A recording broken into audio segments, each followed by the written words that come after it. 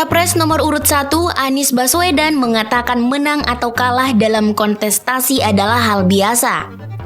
Anies mengaku dirinya memegang prinsip bahwa yang kalah pemilu akan berada di luar pemerintahan. Pantang baginya mengemis posisi dari kubu pemenang. Prinsip tersebut sudah ia sampaikan sejak debat ronde pertama debat Capres-Cawapres yang lalu. Ketika kita menghadapi sebuah proses demokrasi, di situ ada pemerintah dan ada oposisi.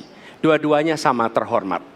Dan ketika proses pengambilan keputusan itu dilakukan, bila ada oposisi, maka selalu ada pandangan perspektif berbeda yang membuat masyarakat bisa menilai. Karena itu oposisi itu penting dan sama-sama terhormat. Sayangnya, tidak semua orang tahan untuk berada menjadi oposisi. Oke? Seperti sampaikan Pak Prabowo tidak tahan untuk menjadi oposisi. Apa yang terjadi? Beliau sendiri menyampaikan bahwa tidak berada dalam kekuasaan membuat tidak bisa berbisnis, tidak bisa berusaha. Karena itu harus berada dalam kekuasaan. Kekuasaan lebih dari soal bisnis, kekuasaan lebih dari soal uang, kekuasaan soal kehormatan untuk menjalankan kedaulatan rakyat. Baik.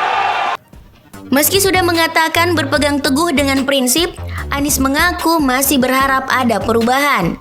Ia masih menantikan hasil akhir rekapitulasi KPU. Mantan Gubernur DKI Jakarta itu seolah membuka peluang bahwa hasil pemilu terbuka untuk berubah. Bahkan bisa jadi pemilu berjalan 2 putaran. Nyatanya kembali masuk dalam pemerintahan dan Bapak sekarang ini membawa perubahan dan istilahnya belum ada kepastian apakah Bapak akan tetap menjadi oposisi dan seperti apa, itu bagaimana sih Pak kepastian? Kalau ternyata hasilnya berubah gimana?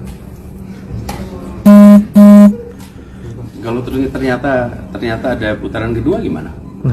Kalau ternyata ada hasil berbeda gimana? Jadi kita tunggu sampai tanggal 20, baru kemudian nanti kita akan sampaikan. Tapi saya berpesan tadi, benar, bahwa di dalam proses pemilu itu akan ada selalu yang menang berada di pemerintahan, yang tidak berada di luar pemerintahan. Saya pegang prinsip itu aja, prinsipnya yang dipegang. Bila menang berada di dalam pemerintahan, bila tidak menang maka berada di luar pemerintahan, dan dua-duanya sama-sama penting. Saya pernah katakan bukan di debat pertama, saya bilang bahwa jangan sampai kita tidak tahan berada di posisi oposisi. Pak Anies.